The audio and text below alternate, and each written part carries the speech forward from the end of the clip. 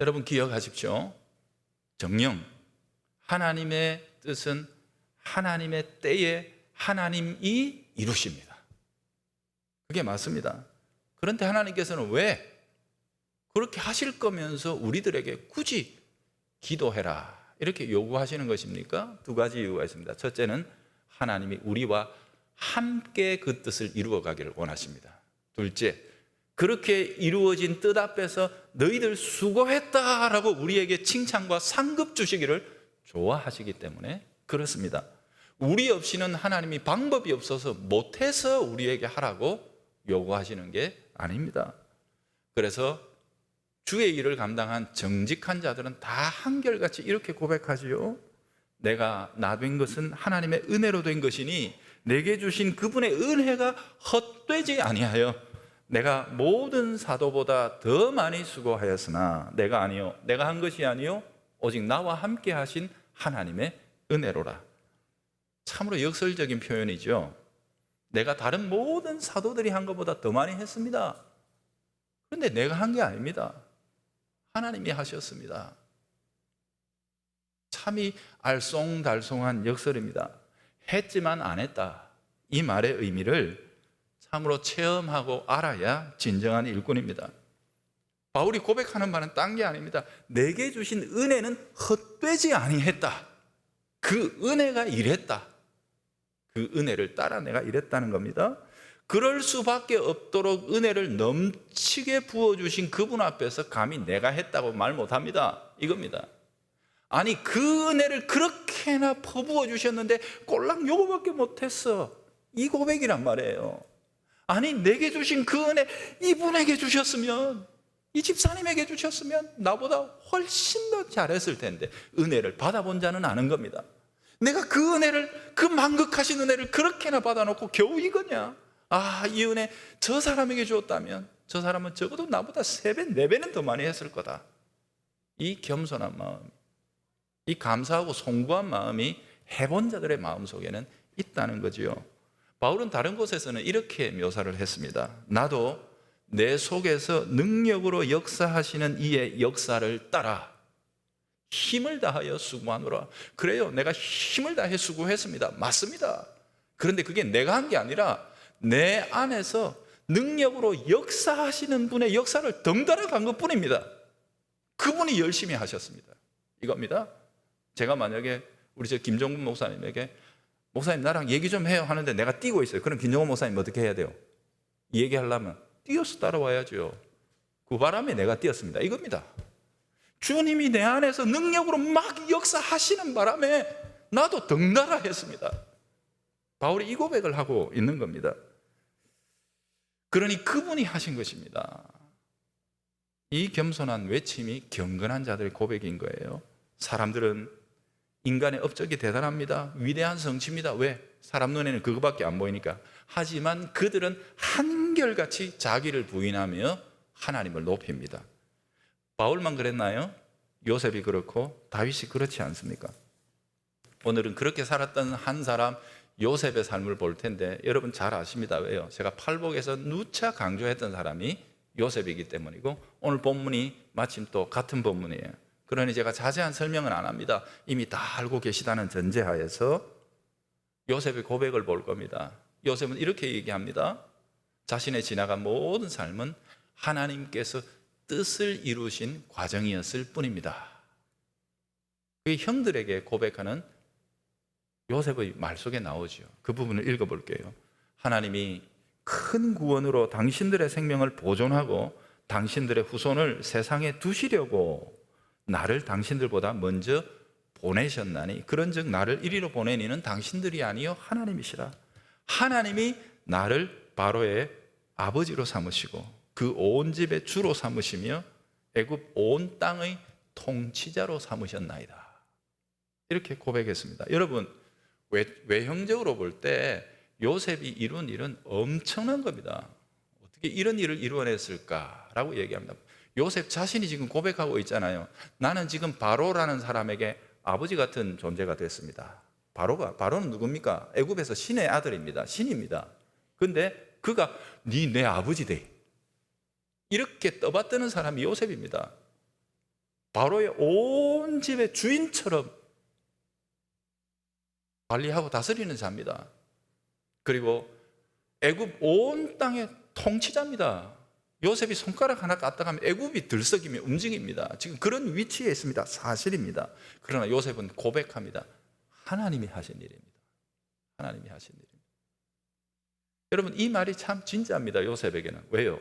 항상 이런 말을 하면 그 사람의 그 뒤의 모습을 보면 진심을 알 수 있습니다. 이 땅에서도 여러 가지 일을 해놓고 이런 말 하는 사람이 있습니다. 근데 사실 이런 말 하면 있어 보이잖아요. 그래서 오히려 자기를 더 돋보이게 하려고 이런 말을 쓰는 사람들이 있습니다. 그러나 그 말이 진심인지 아닌지는 그 이후에 그의 행동과 태도를 보면 압니다. 참으로 요셉은 이 모든 것이 하나님이 합력하여 선을 이루신 일이라 믿었기에 그 과정에서 일어났던 모든 아픔과 눈물과 억울함과 고통에 대해서 초연할 수 있었습니다. 이겁니다. 원한에 사로잡히지 않습니다. 결국 보니까 그 우여곡절을 겪었으나 하나님이 나를 덕되게 하셨다, 복되게 하셨다, 이겁니다. 그러니 그 모든 과정이 복 주시려고 하신 일이구나. 그러니 그 모든 과정에 대해서 요셉은 초연한 것입니다. 여러분, 이 고백이 지금 누구 앞에서 어떤 상황에서 하는 것입니까? 자기를 죽이려고 했던, 자기를 미워했던 형들 앞에서 하는 겁니다. 외국에 노예로 팔았습니다. 인신매매 해가지고 동생을 외국에다 팔아버린 그 악한 형들이 지금 자기 앞에 와서 무릎 꿇고 있습니다. 엎드려 있습니다. 그 앞에서 하는 겁니다. 그때의 요셉은 힘이 없었습니다. 애걸복걸하며 살려달라고 빌 수밖에 없는 처지였지만, 그래서 종살이에 옥살이에 한이 가슴 속에 뼈에 사무치도록 맺히는 그 지난 세월을 보냈지만, 지금은 상황이 바뀌었습니다. 정반대입니다. 자기가 힘이 있습니다. 권력을 가졌습니다. 세상과 야합해서 얻은 것 아닙니다. 하나님께서 거룩한 상급으로 주신 권력이었습니다. 그러니 요셉은 이제 얼마든지 복수할 수 있고 세상의 관점 속에서 보면 정당했습니다. 정의의 심판이다. 얼마든지 그렇게 말할 수 있는 거죠. 하지만 요셉은 그 모든 것을 뜻의 관점에서 삶을 해석했습니다. 이것이 요셉의 위대함입니다. 마침내 합력하여 선을 이루시는 하나님의 손길을 본 것입니다. 그러니 그 모든 굴곡지고 아프고 수치스러웠던 세월이 하나님의 능력의 손이 주도하시고 붙들고 이끌어 오셨던 길이라는 사실을 알게 된 것입니다. 그리하여 주께서 행하신 일 앞에 그는 잠잠히 입을 다물며 그 일을 이루신 하나님을 도리어 찬양하고 있는 것입니다. 하나님이 하신 일입니다. 놀랍죠? 우리가 팔복에서 다 보았던 내용입니다. 자, 그런데 이 사건으로부터 17년 뒤에 거의 똑같은 상황이 한 번 더 발생합니다. 언제죠? 아버지 야곱이 돌아가셨어요. 형들이 모여서 회의를 합니다. 큰일 났다. 자기들이라 생각하는 거예요. 여러분, 사람들이요, 나쁘게 생각하는 이유는 자기가 그렇게 생각하기 때문에 그렇습니다. 요셉이 아버지 얼굴 봐가지고 지금까지 우리를 참아주고 있다가 아버지 돌아가셨으니 그 마음에 쌓인 한을 풀 것이다. 누구라도 그렇게 생각할 수밖에 없는 못된 짓을 했거든, 자기들이. 그렇지 않습니까? 그죠? 그러니 요셉이 지금이라도 와가지고 막 자기들을 죽이겠다 그러면 그래도 아버지 살아계신 동안 봐준 것만 해도 고맙다 하고 형들이 난리가 나서 모인 거예요. 이를 어찌하면 좋을까? 그래도 요셉이 자아가 마음이 순하니까 가서 한번 엎드리자. 한 번 더 빌자. 형들이 다시 요셉에게 찾아온 거예요. 그 형들을 바라보며 요셉이 다시 이야기합니다. 요셉의 태도는 동일했습니다. 이게 중요한 겁니다. 요셉은 이렇게 말합니다. 두려워하지 마소서. 내가 하나님을 대신하리니까 당신들은 나를 해하려 하였으나 하나님은 그것을 선으로 바꾸사 오늘과 같이 많은 백성의 생명을 구원하게 하셨습니다. 뜻이 가는 첫 번째 핵심 뭡니까? 구원하는 것 아닙니까? 하나님이 생명 구원하시려고 그 일 하셨습니다. 하나님의 뜻이었습니다. 두 번째는 뭡니까? 당신들은 두려워하지 마소서. 내가 당신과 당신들의 자녀를 기르겠습니다. 잘 돌봐서 그들을 세우겠습니다. 거룩하게 하나님의 언약 공동체를 세워나가겠다는 것 아닙니까? 구원과 거룩이 요셉의 이 말 속에 그대로 담겨 있습니다. 그들을 간곡한 말로 위로하였더라. 우습지요? 우리가 당해도 싸다 하고 생각하는 그 사람들 앞에 복수할 자가 도리어 위로합니다. 강한 자가 도리어 섬기겠다고 말합니다. 여러분, 이게 천국입니다. 천국입니다.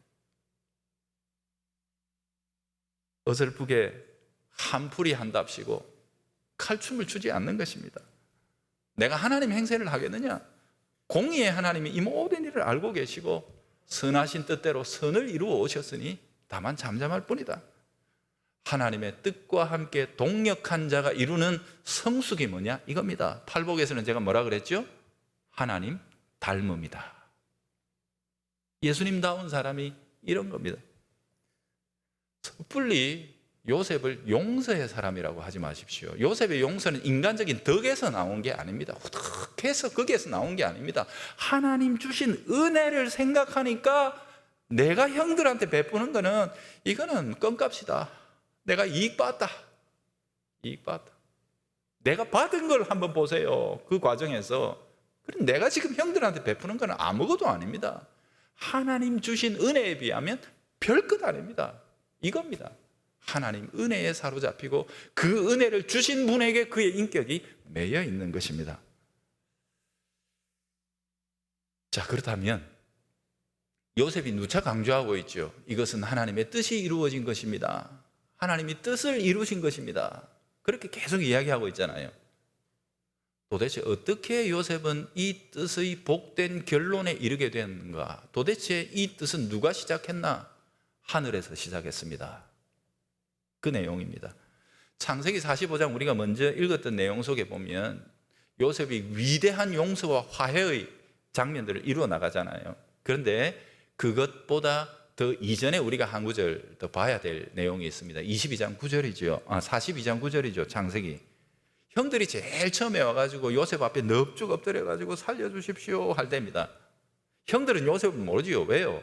감히 어떻게 애굽 총리의 얼굴을 보고 들어갑니까?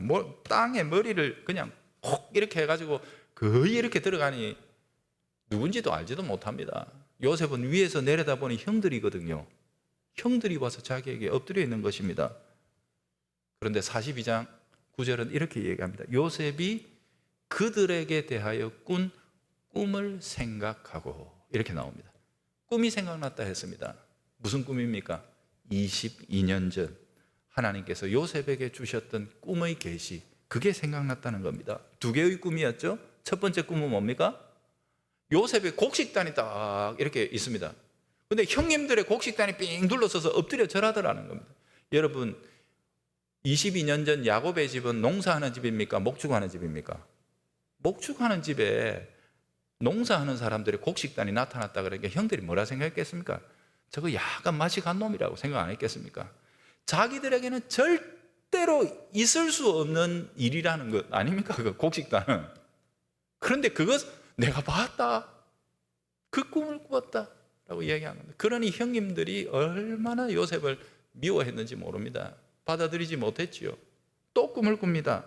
두 번째 꿈은 해와 달과 하늘의 11별이 자기에게 둘러서 절하더라. 거의 불난집에 기름을 갖다 붓는 거지요. 형들에게 폭발해. 그런데 요셉이 그 순간에 그 꿈이 생각났다는 겁니다.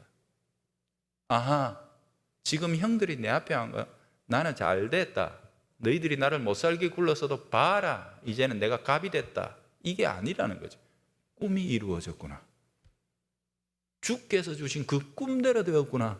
요셉이 거기에 앉아서 그걸 생각했다 하는 것입니다. 그러니 모든 것이 궁극적으로 그 꿈을 주신 분의 뜻대로 된 것이구나. 요셉은 알게 된 거죠. 그러니 그 앞에서 두려워하는 것입니다. 겸비하는 것입니다. 여러분, 당시에는 지금처럼 이렇게 기록된 성경이 없었지요. 모세가 모세오경을 제일 처음 썼으니까 그게 없었기 때문에 하나님의 말씀인 계시, 성경은 어떻게 전달이 되느냐? 아버지가 아들에게 줍니다. 아브라함이 하나님께서 주셨던 말씀들, 인도하셨던 것들을 이삭에게 들려줍니다. 이삭은 야곱에게, 야곱은 요셉에게 이렇게 계속 말씀으로 전달이 됩니다. 이야기 속에서. 그리고 그런 것들이 부족하게 될 때 하나님은 각 사람들을 찾아가 꿈과 계시와 환상과 이런 것들을 통해서 직접 지시하기도 했습니다. 그 중에 이 꿈입니다. 요셉에게. 그러니 이 꿈은 단순히 꿈이 아닙니다. 요즘도 자꾸 꿈 얘기하시는 분들 많이 있는데 우리 꿈하고 다릅니다. 요셉이 지금 받은 이 꿈은요, 이 꿈은 성경입니다. 계시입니다. 말씀이에요. 그러니 그 꿈을 받아 형들에게 전한 요셉의 행위는 말씀을 받아 전한 것입니다. 하나님께서 이 가정에 이 가문을 통해 이루실 위대한 구원의 역사를 받아 그들에게 전한 것입니다. 하지만 그 말씀이 주어질 때 형들은 말씀을 말씀으로 받지 아니했습니다. 자기를 중심에 딱 두고 그 말씀을 받으니 말씀이 욕으로 들리는 겁니다. 뭐라고? 이렇게 되는 거예요. 여러분, 하나님의 말씀을 받는 마음의 밭이 얼마나 중요한지 모릅니다. 그래서 말씀을 받을 때마다 성령님께 간구하십시오. 예배 시간에 가급적이면 한 10분 일찍 들어오셔서 기도하십시오. 주님, 오늘도 살아계신 주님 저를 여기에 불러 아버지의 말씀으로, 그 생명으로, 그 지혜로 채워주시려고 했으니 주십시오. 주실 때 제가 모든 인간들의 조건들을 다 털어버리고 그 생명의 말씀을 깨끗하고 정결한 마음으로, 좋은 마음의 밭으로 그 말씀을 받아 결실하는 삶을 살아가게 해주십시오. 여러분, 그렇게 기도하면서 예배를 준비하시기를 바랍니다. 요셉은 그 말씀을 받았습니다. 그리고 품었습니다. 그리고 22년이 지났습니다. 온갖 세파에 시달렸고 말로도 할 수 없는 고난과 모욕과 엄청난 위기들이 그의 삶을 사정없이 휘둘렀음에도 불구하고 그 받은 바 말씀이 요셉을 지켰습니다. 그의 영혼을 거룩하고 순결하게 보존했습니다. 요셉 역시 받은 말씀에 매여 자기의 삶을 지켰습니다. 말씀과 동행했습니다. 그의 삶은 굽이굽이 12골짜기를 지나며 요동치며 흔들렸습니다. 그러나 말씀의 사람, 그 인격과 행실은 한결같았습니다. 야곱의 아들일 때에도, 보디발의 종일 때에도, 억울하게 옥에 갇힌 죄수일 때에도, 아니 후에는 지극히 높은 애굽의 총리가 되었을 때에도 그는 낮다고 비굴하지 않았으며 높다고 교만하지 않았습니다. 그의 삶을 이루어가는 궁극적인 힘과 원천이 땅에 있는 것이 아니라 하늘에서 그 계시의 말씀을 주신 하나님께 있다는 사실을 그는 붙들고 살았던 것입니다. 그 말씀이, 주신 약속이 지금 당장에는 눈에 보이지 않아도 반드시 이루실 그 말씀이 이루어질 때까지 그의 영혼을 말씀을 주신 곳 하늘에다가 메어둔 것입니다. 땅에서 온갖 가지 신분의 변화가 일어났습니다. 종살이 했습니다. 죄수가 되어 옥살이 했습니다. 처절한 삶이 그를 흔들었어도 그의 영혼은 흔들리지 않았습니다. 그는 다만 하나님 앞에서 하나님의 말씀을 의지하고 그 모든 상황들을 감당했습니다. 사랑하는 성도 여러분, 의인은 태산같이 장엄하고 반석처럼 요동하지 않습니다. 악인들의 꾀와 술수에 무너지지 않습니다. 환경이나 세상의 변화에도 변절하지 않습니다. 하늘에서 이루신 그 뜻이 땅에서도 이루실 텐데 그 이룰 때까지 주신 말씀이 그를 붙들고 그와 함께 동행하기 때문입니다. 하나님의 뜻을 받아 품는 자의 삶이 이렇습니다. 시편이 요셉의 삶을 그렇게 증언하고 있습니다. 오늘 우리가 읽었던 105편 17절에서 19절까지가 그 내용 아닙니까? 같이 한번 읽어볼까요? 시작. 그가 한 사람을 앞서 보내셨으며 요셉이 종으로 팔렸도다. 그의 발은 착고를 차고 그의 몸은 쇠사슬에 매였으니 곧 여호와의 말씀이 응할 때까지라. 그의 말씀이 그를 단련하였도다.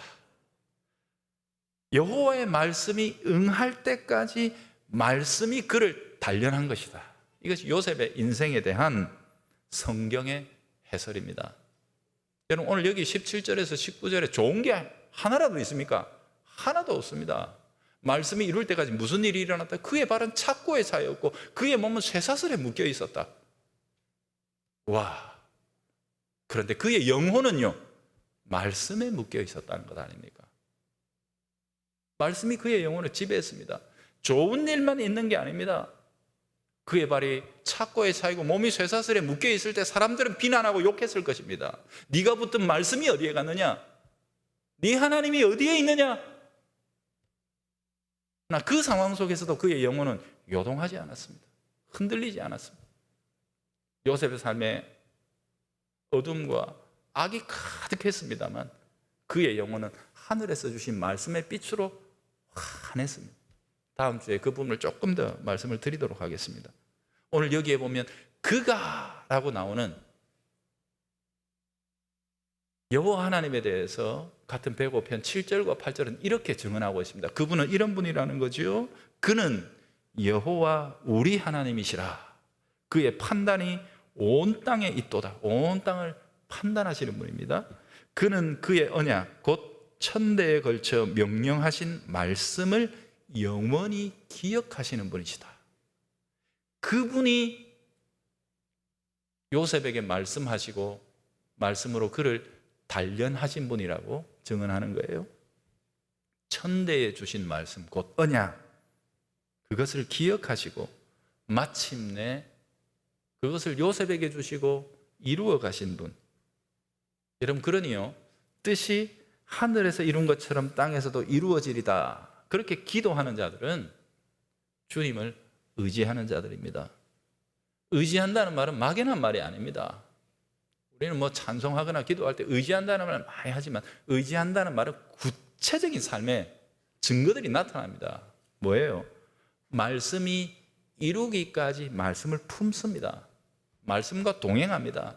눈에는 아무 증거 보이지 않고 귀에는 아무 소리 들리지 않아도 주의 약속하신 말씀 위에 서서 그 말씀은 반드시 이루는 것이다. 우리 하나님의 말씀은 결단코 헛되이 공으로 사라지는 법이 없다. 그걸 붙들고 사는 거예요. 하나님의 뜻을 이루는 자들이 되십시오. 여러분, 깨끗한 마음으로 주님의 말씀을 듣고 받아 품으십시오. 그리고 당장에는 무슨 당장에 자꾸 결과를 내놓으래요. 자꾸 아니요. 그 말씀이 무르익는 때가 필요하고 하나님이 작정하신 때가 되어야 하는 것입니다. 그때까지 내가 결단코 주의 말씀을 놓지 아니하겠습니다. 나는 주님을 신뢰합니다. 그리하여 주께서 주신 말씀이 그대로 되리라고 신뢰하니 내 삶을 거기에 맞추겠습니다. 그래서 어떻게 합니까? 이루실 때를 기다리며 인내하고 세상에 야합하지 마십시오. 야합하지. 인내하지 못해서 세상 사람들 하는 방식대로 은근슬쩍 따라가지 마십시오. 그것은 말씀을 버리는 행위입니다.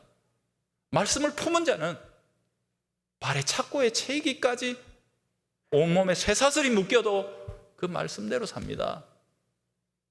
세상과 야합하지 않는, 세상의 방식에 동조하지 않는 오직 우리 하나님의 약속의 말씀만 붙들며 견고하게 버텨내는, 그게 의지하는 겁니다. 그냥 우리가 신앙의 언어를 너무 쉽게 내뱉지 마십시오. 삶으로 증언해야 됩니다. 증거해야 됩니다. 환경이나 상황에 휘둘리지 마십시오. 조금만 어려워지면 지옥에 들어간 것처럼 마음도 낙심되고 막 끝이 난 것처럼 하지 마십시오. 그리스도인이 누굽니까? 죽어도 사시는 분의 피를 이어받은 족속이 아닙니까? 우리가 죽었으나 다시 살아 영원히 보좌 우편에 계신 분의 피를 이어받은 백성이 우리들 아닙니까? 그러니 삶이 고난과 어려움과 구렁텅이로 들어간다고 해서 거기에 덩달아 낙심하고 좌절하고 무너지지 마십시오.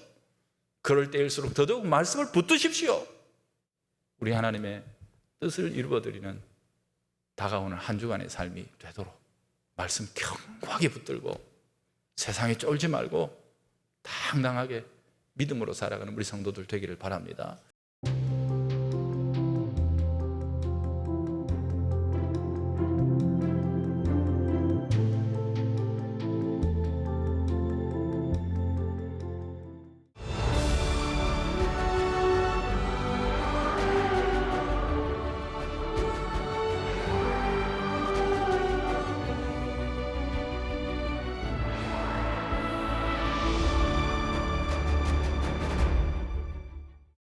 이 프로그램은 CTS 방송가족의 사랑과 후원으로 제작되었습니다.